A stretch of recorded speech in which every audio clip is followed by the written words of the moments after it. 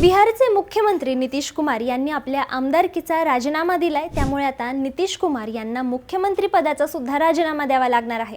पण मुख्यमंत्री पद गेल्यावर त्यांना नक्की काय मिळणार याबाबत चर्चा सुरू आहे। याबाबतची सगळी माहिती सांगते, पण त्याआधी थोडक्यातला फॉलो करा, कारण अशा प्रकारच्या सर्व महत्त्वाच्या अपडेट्स आम्ही तुम्हाला नेहमीच देत असतो। नितीश कुमार नुकतेच राज्यसभेवर खासदार म्हणून निवडून आले आहेत। नियमानुसार एकाच वेळी 2 सभागृहांचे सदस्य राहता येत नाही, म्हणूनच त्यांनी आज विधान परिषदेचा राजीनामा दिला। आता खरी चर्चा रंगली आहे ती त्यांच्या दिल्लीवारीची।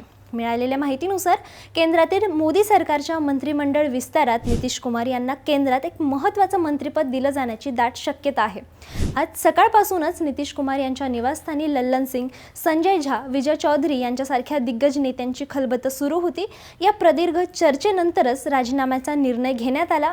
बिहारच्या राजकारणात हा मोठा भूकंप मानला जातोय। आता प्रश्न असा आहे की बिहारचा पुढचा मुख्यमंत्री कोण होणार आणि नितीश कुमार केंद्रात नेमकी कोणती भूमिका बजावणार?